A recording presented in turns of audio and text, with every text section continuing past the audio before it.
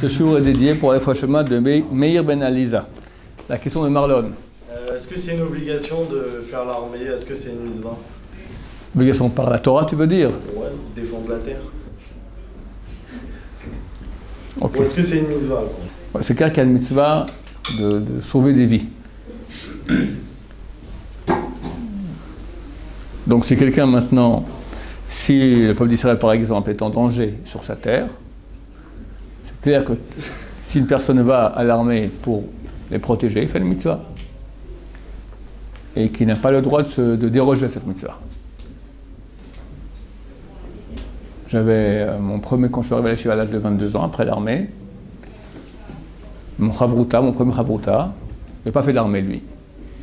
Et il avait marre, il voulait quitter la Yeshiva. Il était voir le Rav Eliashiv, Zatzal, la grande génération, dans le Mea Shearim profond. D'accord? Une petite rue pour arriver chez lui, une rue était large comme ça. Une grande génération. Rav Eliashiv, Zatzal, il devait avoir cet âge-là. À l'époque, il devait avoir 80 et quelques ans. Et il lui a dit, si tu ne vas pas à l'Yeshiva, tu vas à l'armée. Ton sang n'est pas plus rouge que celui de ton prochain. Aucune raison que l'autre aille au casse-pipe et toi pas.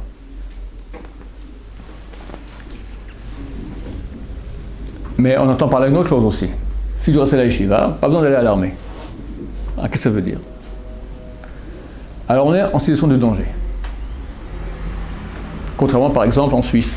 Moi je suis citoyen suisse.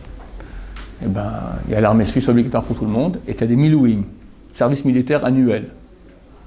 Le montant, je ne sais pas si ça existe encore aujourd'hui, 30-40 jours par année, il faut aller faire le... Donc ça fait 600 ans qu'il n'y a pas eu de guerre en Suisse. Ça c'est une crétinerie profonde, d'accord? C'est absolument rien. Mais en Israël, on est en danger. Constant. C'est clair que je ne peux pas dire allez-y à ma place. Donc on doit tout faire pour sauver notre peuple. Maintenant, ce n'est pas seulement que je veux dire je vais maintenant à l'armée, je suis obligé de faire de mon mieux. Quelqu'un qui est très fort physiquement, qui a toutes les aptitudes, il peut être dans les commandos. Il ne peut pas dire moi je vais être cuistot. Je préfère faire la popote. Je suis pépère. Si tu as la capacité d'être un commando, de quel droit comment dire cela en bon français, tu passes outre ton devoir de citoyen, d'aller aider à Israël. Alors tu dis, je fais l'armée. Ok, mais tu fais à 50% de ce que tu aurais pu faire, 20% de tes moyens. C'est pas bien. Encore une fois, si on est en situation de paix, c'est ce que tu veux. En situation de danger, tu dois aider de toutes tes forces. On ne peut pas se permettre de moins aider, parce que quand on aide moins, alors on met en danger l'État, on met en danger des vies juives, c'est évident. Donc, chacun doit faire son maximum possible pour aider Israël. Là vient le point. Dans la Gemara, dans le traité Makot, vous voulez que je vous lise cela dedans ou pas? Allez, Nathan, mets-moi un Makot. Merci beaucoup. Une assise de railleurs, des rigolos, des comiques. La Gemara dans Makot, page 10. 10a, en bas de la page. Adi Rabbi Yitzhak. Non. Adi Rabbi Ben Levi. Maï dirtiv. Que signifie ce verset que vous connaissez tous? Omdot hayu raglenu b'sharaich Yerushalayim. Nos pieds se tenaient debout dans tes portes, Jérusalem. C'est ça dans les Télim, dans le Psuké des Imra, tous les matins. Ça veut dire quoi? Nos pieds étaient debout dans tes portes, Jérusalem. Qu'est-ce que c'est nos pieds là-bas? C'est-à-dire que nos pieds étaient debout dans tes portes, Jérusalem. Migaram, les raglenu. Qui a causé que nos pieds se tenaient debout, Bamilchama, dans la guerre? Sharei Yerushalayim, les portes de Jérusalem, Shauskim Batorah, dans lesquelles on utilise la Torah. Ça veut dire, tu as une armée, Tu as l'armée Goy, tu as l'armée juive. Elle fonctionne différemment. L'armée Goy, elle est physique. Tu as des bons soldats, tu as un bon armement, tu es une œil armé, tu gagnes. Aucune raison que tu perdes. Tu as l'armée juive. L'armée juive, jusqu'il y a 67 ans et quelques mois, il n'y a pas d'État d'Israël. Ça fait 1800 ans environ, plus 1940 ans, qu'il n'y a pas d'armée physique juive. Non, 1800 depuis la création de l'État, 1870 ans. 1870 ans qu'il n'y a pas d'armée physique juive.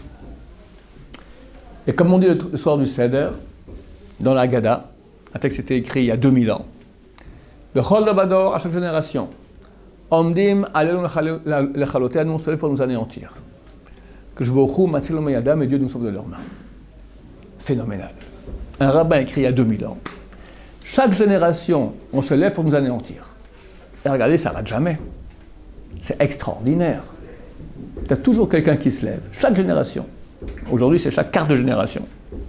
Qui dit, écoutez les potes, j'ai une idée, un truc original, personne n'a jamais pensé. Quoi ? On va anéantir le peuple juif. Ah tiens, idée originale.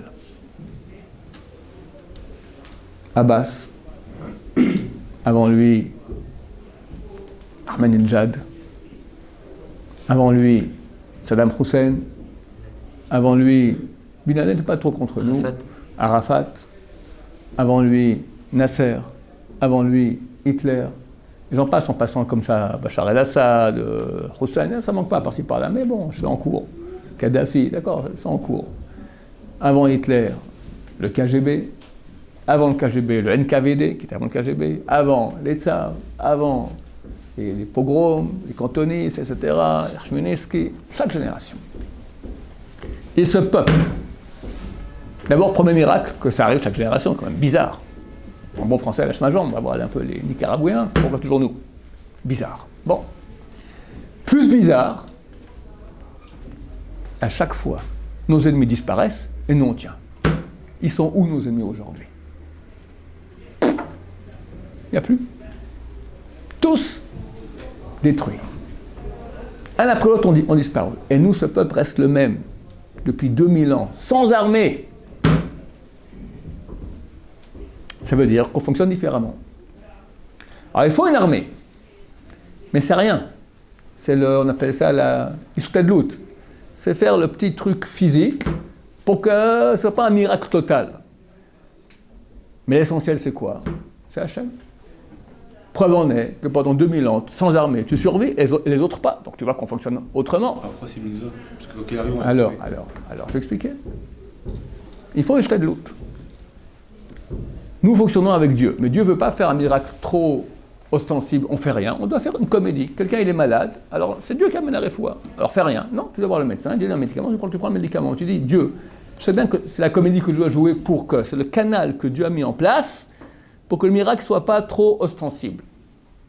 Et malgré tout, il est ostensible. Des fois, tu as raison, des fois ça fait l'effet contraire. La guerre du Golfe, c'était en 1991. Tout de la date, je crois, 17 février 91. On n'y croyait pas. Tout à coup, les sirènes.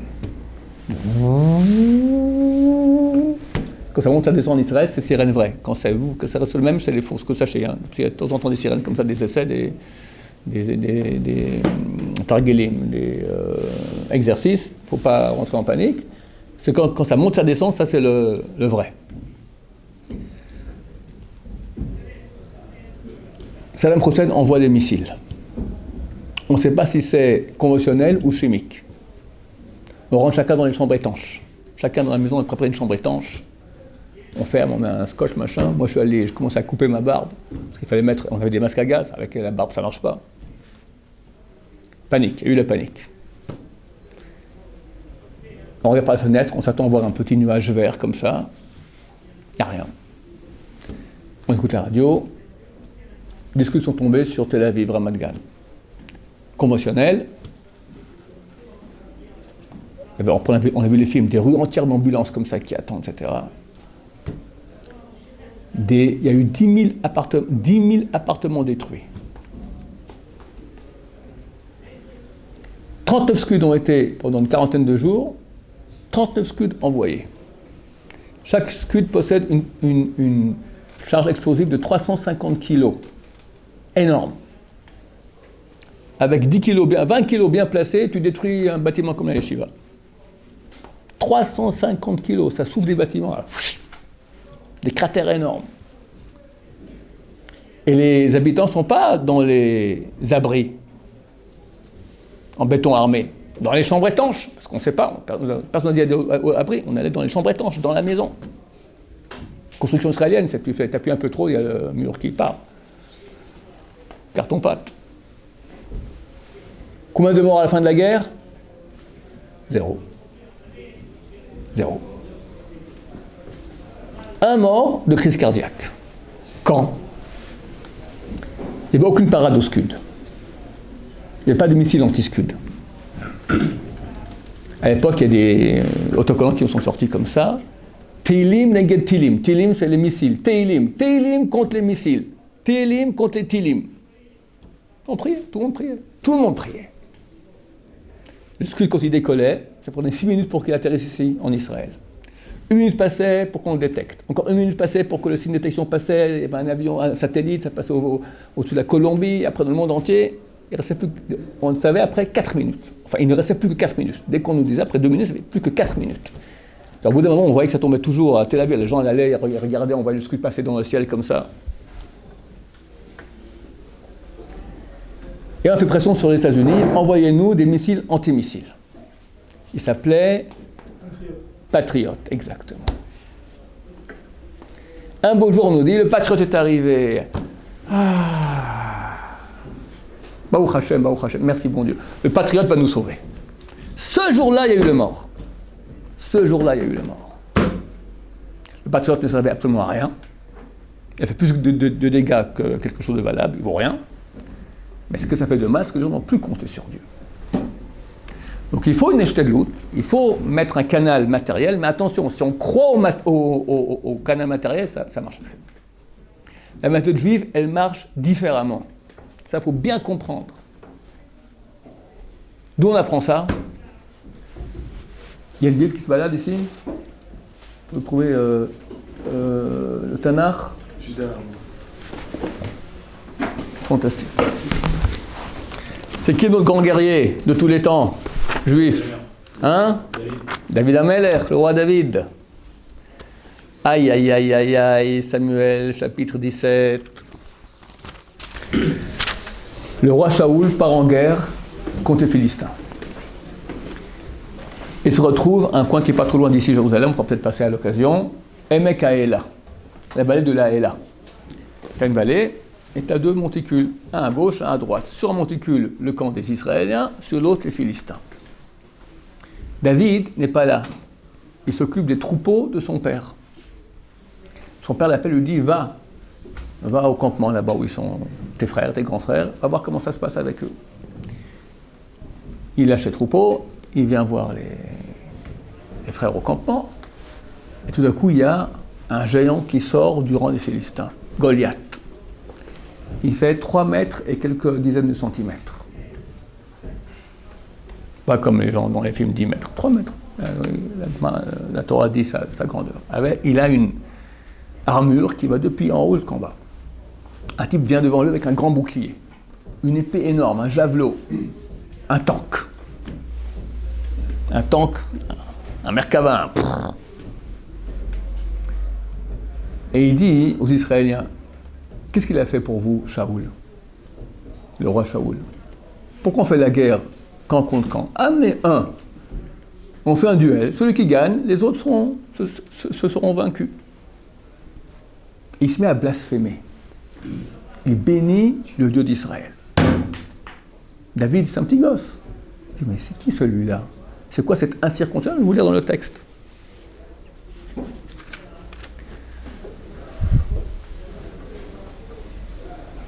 Tandis qu'il s'entretenait avec eux, avec ses frérots, voici venir le géant, Goliath le Philistin de Gath. Sortant des rangs des Philistins, tenant le même discours devant David l'entendit. Tous les Israélites, en voyant cet homme, lâchèrent pied devant lui, fort effrayés. Les hommes d'Israël se disaient, avez-vous vu cet homme qui s'avance? C'est pour défier Israël qui se met en avant. Eh bien, celui qui le vaincra, le roi le comblera de richesses, lui donnera sa fille et exemptera la famille de son père de toute charge en Israël. David, s'adressant à ceux qui étaient près de lui, demanda, que fera-t-on à l'homme qui aura vaincu ce Philistin en délivrer Israël de l'ignominie? Quel est donc ce Philistin, cet incirconcis, pour insulter les légions du Dieu vivant? Pour qui se prend celui-là? Il insulte les armées de Dieu. Bon, le peuple lui dit, voilà, lui dit, David, ok, moi je suis prêt à y aller.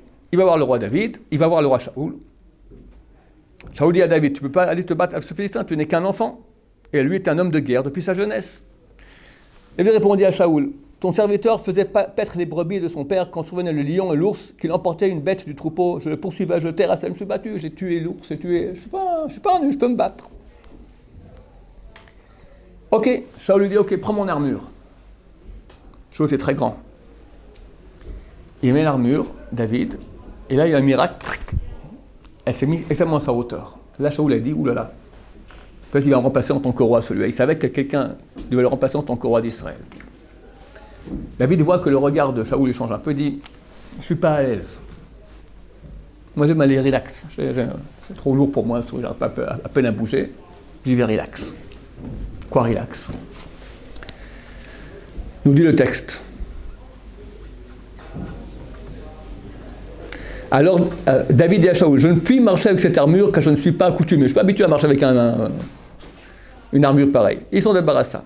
Il prit son bâton à la main, choisit dans le torrent 5 cailloux lisses qu'il mit dans sa panetière de berger. Pourquoi 5? Il y en a qui disent qu'il était là-bas à l'origine des Tunisiens. Mais les Tunisiens ne viennent pas. Pourquoi 5?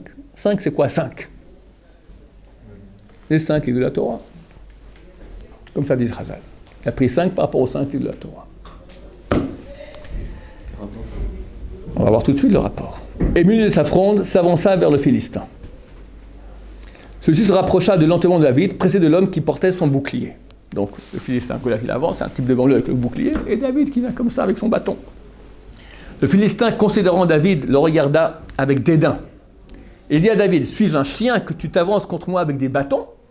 Moi je viens armé, tout avec des bâtons. Et il maudissait David en invoquant son Dieu. Il blasphème. Et le Philistin dit à David, viens ici que je donne ta chair aux oiseaux du ciel et aux animaux des champs. Je vais te, en petits morceaux, bouffé par les oiseaux et les animaux des champs. David répondit au Philistin, tu viens à moi avec l'épée, la lance et le javelot, avec ton armure. Et moi je viens au nom de l'Éternel Sébacoth, du Dieu des légions d'Israël que tu insultes. Moi je viens au nom de Dieu, au nom de la Torah, les 5 pierres. En ce jour, l'Éternel te mettra en mon pouvoir.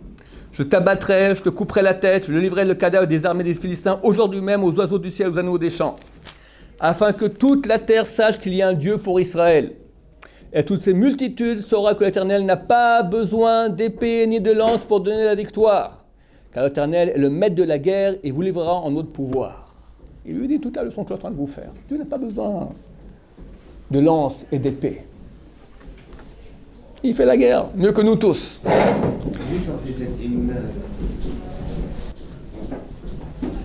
On a reçu ça avant David aussi, de Moshe, de Yoshua, de tous. Comment on est sorti d'Égypte, comment on a vaincu les 31. Yoshua rentre maintenant, il va conquérir maintenant un peuple. C'est marqué, c'est des peuples extrêmement puissants. Il y avait 31 rois ici en terre d'Israël. On a conquis cette terre. Une bande d'esclaves qui s'enfuient d'Égypte. Dieu a dit, vous allez voir. Et Dieu a fait des miracles sans cesse, des miracles extraordinaires. On voit ici aussi. Voyant alors le Philistin se mettre en mouvement et s'avancer à sa rencontre, David s'élança, traversa rapidement le champ de bataille dans la direction du Philistin, mit la main dans sa panetière, en tira une pierre, qu'il lança avec la fronde, et atteignit le Philistin au front. La pierre s'y enfonça et tomba face contre terre. Chazal disent, il y a eu un miracle, que la pierre a percé le fer. Comment ça se fait? On a dit au fer, si tu t'ouvres maintenant pour laisser la pierre passer, grâce à toi, avec ton aide, on fera la Brit Mila aux enfants d'Israël. On peut faire la Brit Mila avec un morceau de bois, on peut faire la Brit Mila avec un morceau de verre, on fera avec du fer. C'est mieux de faire une Brit Mila avec un couteau en fer. Le fer s'est ouvert, la pierre est rentrée, il tombe. David vient, le coupe la tête. Ok, tout le monde est content. Et les Philistins partent, et les Juifs prennent la guerre, et ils coupent tout. Et c'est une grande victoire jusqu'aujourd'hui. Tout le monde connaît David et Goliath. Grâce à quoi? Il est beau, grand, fort. David, c'est un serviteur de Dieu. Et il prend 5 pierres par rapport à la Torah. Est-ce que la Gemara? Grâce à quoi nos pieds se tenaient dans la guerre? Grâce au portail de Jérusalem dans lequel on étudie la Torah. Donc toi, maintenant, tu as le choix. Il faut une armée. Si tout un Israël pratiquait la Torah, si tous des bons juifs, on n'aurait même pas besoin. Un va faire comme ça, tout le monde partira en courant. Vraiment, vraiment. Mais ce n'est pas le cas. Il y a une majorité de juifs qui ne sont même pas religieux.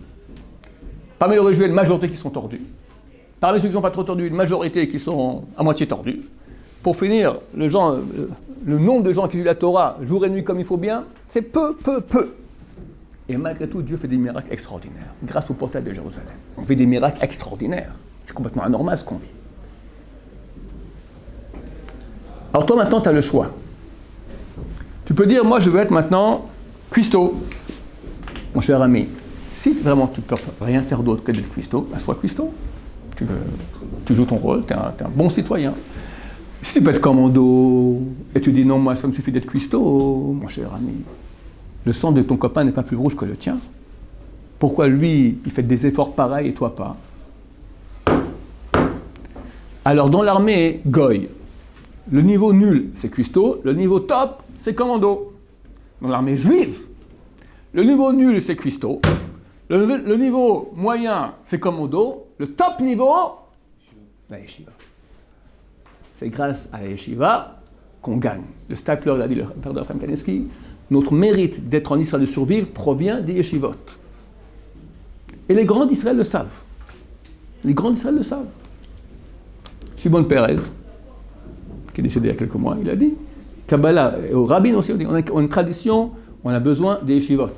Les yeshivot étudient. Grâce à ça, on gagne.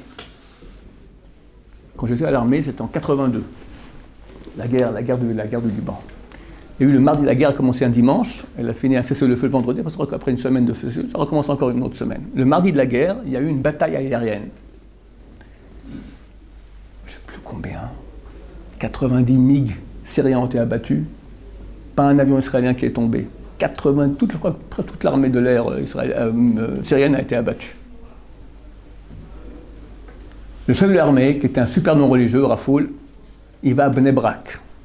Il va voir le Rav Shach, le Stapler, il dit écoutez, demain, c'était lundi soir, demain, on a une attaque très importante, on a besoin de vos prières. Ils comprennent.